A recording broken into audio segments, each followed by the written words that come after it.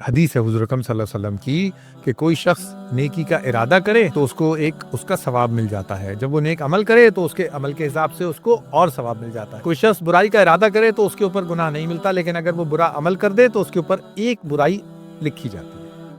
یہ آیت میں یہ آیا کہ اگر تم ظاہر کرو جو کچھ تمہارے جیوں میں ہے یا اسے چھپاؤ، اللہ تم سے حساب لے لے گا۔ چاہے ظاہر کرو یعنی عمل کرو یا چھپا لو، اللہ حساب لے لے گا۔ یہ کیا بات ہے؟ شاہ رفیع الدین محدث دہلوی وہ یہ کہتے ہیں کہ نفس کی چیزیں 5 ہیں، 5 چیزیں ہیں۔ نمبر 1 ہے اعتقاد۔ اعتقاد کیا ہے؟ ڈوگما، یعنی توحید کے اوپر ہے کوئی شخص، شرک ہے، اخلاص ہے، نفاق ہے، یعنی اس کا جو اعتقاد ہے وہ۔ پھر اس کے بعد نمبر 2 دل کے اندر کیا چیز ہوتی ہے؟ محبت یا نفرت۔ بعض اوقات عمل میں سامنے آتی ہے، بعض اوقات نہیں بھی آتی۔ لوگ سامنے سے بڑا مسکرا کے مل رہے ہوتے ہیں، دل میں نفرت ہوتی ہے، ہوتا ہے نا ایسا۔ بعض اوقات عمل میں آتی ہے، بعض اوقات نہیں آتی۔